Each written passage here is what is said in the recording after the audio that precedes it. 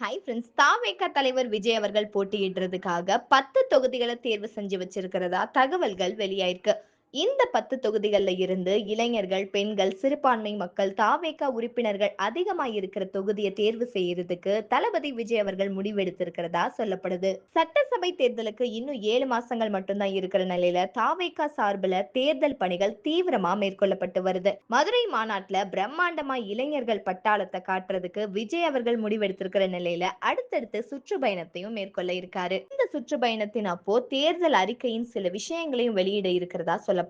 ஆனாலுமே தாவேகா தொண்டர்கள் ஒவ்வொரு நபரினுடைய மனசுலயுமே இருக்கிறது விஜய் அவர்கள் எந்த தொகுதியில போட்டியிடுவாரு அப்படிங்கிறது தான். ஏன்னா தாவேகா ஜெயிக்கலைனாலுமே விஜய் அவர்கள் ஜெயிச்சா மட்டும்தான் தாவேகா அடுத்த கட்டத்தை நோக்கி முன்னேற முடியும். டிஎம்கே ஏடிஎம்கே உடைய இடத்தை பிடிக்கணும் அப்படின்னா விஜய் அவர்கள் கட்டாயமா சட்டமன்றத்துக்கு போகணும். ஏற்கனவே விஜய் அவர்கள் மதுரை மேற்கு தொகுதியில போட்டியிட இருக்கிறதா சொல்லப்பட்டுச்சு.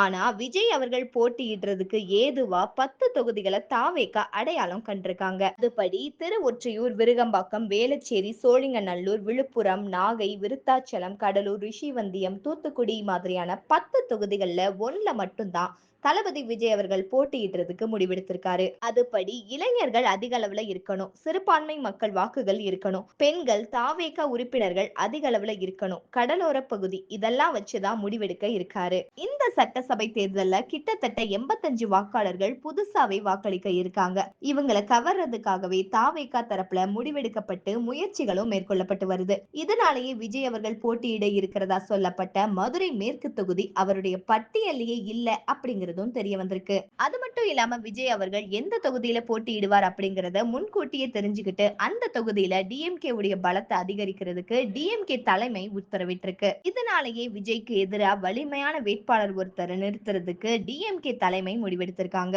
கடந்த லோக்சபா தேர்தல்லையே கோயம்புத்தூர்ல அண்ணாமலை நிற்கிறத தெரிஞ்சுக்கிட்ட டிஎம்கே நேரடியா தங்களுடைய வேட்பாளரை நிறுத்தினது இங்க குறிப்பிடத்தக்க ஒண்ணா இருக்கு. இந்த மாதிரியான லேட்டஸ்ட் அரசியல் அப்டேட்ஸ்லாம் உடனுக்குடனே தெரிஞ்சுக்கணும்னா மறக்காம நம்ம சேனல் சப்ஸ்கிரைப் பண்ணி ஷேர் பண்ணுங்க.